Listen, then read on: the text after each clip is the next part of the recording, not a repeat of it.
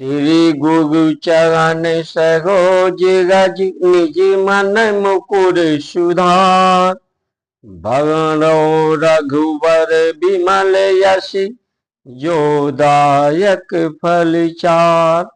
बुद्धहीन तनु जानिके सुमिरो पवन कुमार। बल बुध विद्या देहु मैं हरहु कलेश विकार।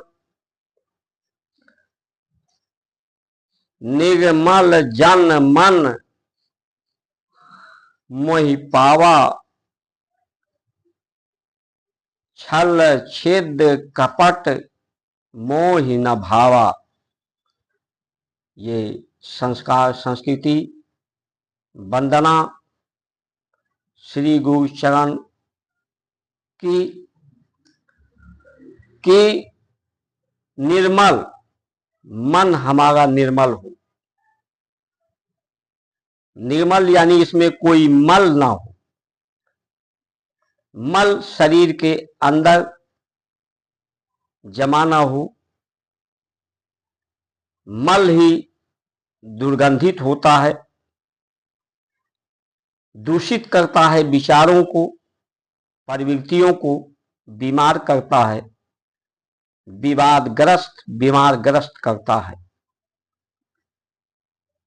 इसलिए गोरस जो मक्खन है, दही है, उसमें असंख्य जीवाणु होते हैं जो भोजन को सरलता से रस में परिवर्तित कर देते हैं और उसमें गंदगी मल नहीं जमा होता है।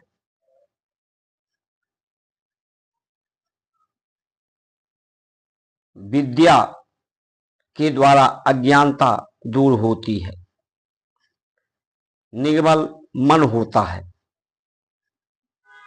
निर्मल मन जन सबका हो। ये परमात्मा की जो अवस्था है, परमात्मा की व्यवस्था, ये संसार जो सुंदर है, सत्यम है, शिवम सुंदरम है, उस व्यवस्था से हम जुड़े रहें और उस परमात्मा की अवस्था को प्राप्त कर सके। क्योंकि सभी सुख को ही चाहते हैं, पूरा जगत सुख को चाहता है, शांति को चाहता है, स्वास्थ्य लाभ चाहता है, सहयोग का लाभ चाहता है, संरक्षण चाहता है। तो ये प्राप्त सिर्फ उस परमात्मा की अवस्था को प्राप्त, परमात्मा की ही एक अवस्था है, उसी की एक व्यवस्था है, वही एक सच्चित आनंद है, परम आनंद है, परम निर्मल है,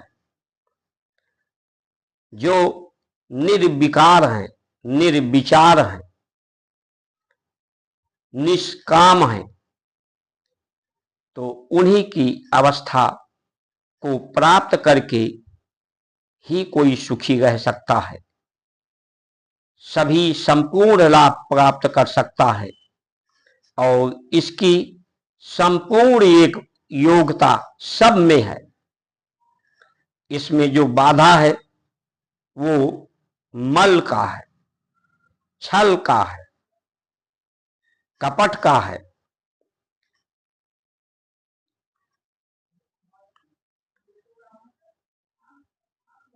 इन व्यवस्थाओं को ये समर्पित, क्योंकि जड़ जो संत होता है, जो समाधि की अवस्था अष्टांग योग से प्राप्त करता है, वो जड़ की अवस्था प्राप्त करता है। जिस तरह से जड़ पृथ्वी, प्रकृति, इस पर ऋतुओं के प्रभाव की कोई दुष्प्रभाव नहीं पड़ता है, गर्मी ठंडी नाव होती है, जल में कभी नहीं डूबती। मुर्दा मरने के बाद व्यक्ति जल में कभी नहीं बूढ़ता, डूबता तो तब है जब उसकी बुद्धि का प्रयोग करता है। यानी उस सुख को प्राप्त करने के लिए, शांति को प्राप्त करने के लिए परमात्मा की अवस्था और व्यवस्था से जुड़कर ही प्राप्त होगी। उसके सुख को प्राप्त करने के लिए ये हमारी इंद्रियां, हमारी प्रयत्न, पढ़ाई लिखाई, बड़े पद, बहुत ज्यादा साधन, बहुत ज्यादा सुविधा के द्वारा ये प्राप्त नहीं होगी। इसी का उदाहरण हमारी सनातन संस्कृति का सदग्रंथ है, जिसमें चाहे राम हो, चाहे कृष्ण हो, चाहे महापुरुष हो, चाहे योगी सन्यासी हो, सभी ने सुविधा का त्याग करना, दूसरों के सुख के लिए, प्रकृति के सुंदरता के लिए, चित्त मन के निर्मलता के लिए इसका त्याग करना बताया है। और जो त्याग किए हैं उन्हीं को सिद्धि मिली है, सुख की सिद्धि, परमात्मा की अवस्था व्यवस्था, और उन्हीं की प्रसिद्धि भी मिली है। तो व्यक्ति तो सब परमात्मा के ही समान हैं, सिर्फ अपने को भूल गए हैं, अपनी वास्तविक पहचान, और वास्तविक पहचान से जो व्यवस्थाएं होती हैं, व्यवस्थाएं ही भटकाती हैं। इसलिए व्यवस्थाओं में सुधार, आज की जो व्यवस्थाएं हैं, संवैधानिक व्यवस्थाएं हो, धार्मिक संस्था के द्वारा, शिक्षा संस्थान के द्वारा, स्वास्थ्य संस्थान के द्वारा, समाचार संस्थाओं के द्वारा, राजनीतिक संस्थाओं के द्वारा, ये लोगों को भड़काया जा रहा है, भरमाया जा रहा है कि साधन जितना अधिक होगा, लोगों के पास सुविधा जितना अधिक होगा, उसका अधिकार जितना अधिक होगा, तभी जीवन सफल होगा। इसलिए इस अधिकार के लिए, सुख सुविधा साधन के लिए प्रकृति भी दूषित हो रही है, मन भी में निर्मल नहीं है, और अंदर युद्ध हो रहा है। अयोध्या धाम का मतलब होता है, अयोध्या का मतलब आयुध, जहां कोई युद्ध ना हो, क्योंकि मन भी सुख को चाहता है, चित्त भी सुख को चाहता है, इंद्रियां भी सुख को चाहती हैं, और इस सुख के लिए युद्ध कर रही हैं। तो इस युद्ध पर विराम विश्राम, अंदर युद्ध ना हो, अंदर युद्ध नहीं होगा तो संसार में युद्ध नहीं होगा, वो अयोध्या होगा, अयोध्या धाम होगा, जहां युद्ध नहीं होगा, युद्ध पर विश्राम होगा। चित्त मन बुद्धि इंद्रियां जब परमात्मा की अवस्था प्राप्त कर लेंगी, उस व्यवस्था से जुड़ जाएंगी। तो ये जिम्मेदार ये व्यवस्था है, ये व्यवस्था जो व्यापार का है, वो स्वास्थ्य लाभ से वंचित करता है, लोगों को बीमार करने वाला है, लोगों में विवाद पैदा करने वाला है, जो विवादास्पद बयान हैं।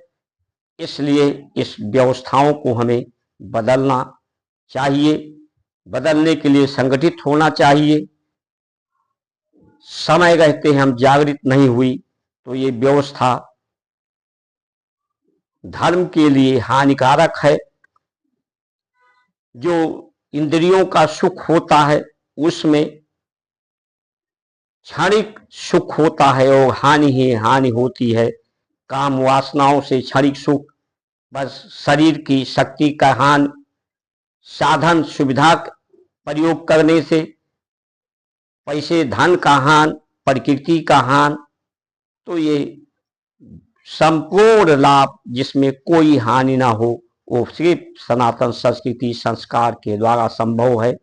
इसलिए धर्म के अनुसार, धर्म नीतियों के अनुसार भारत का नेतृत्व हो। जो पूर्व में योग्यताएं पूर्व में निर्धारित थी, पूर्वजों के द्वारा निर्धारित हमारी व्यवस्थाएं थी, उन व्यवस्थाओं से, उन नीति से, उन नीतियों से हम जुड़े और दूसरों के विदेश नीतियों से, विदेश व्यवस्थाओं से, विदेशी सभ्यता से हम उसका विरोध करें, उसको स्वीकार न करें। जय श्री राम।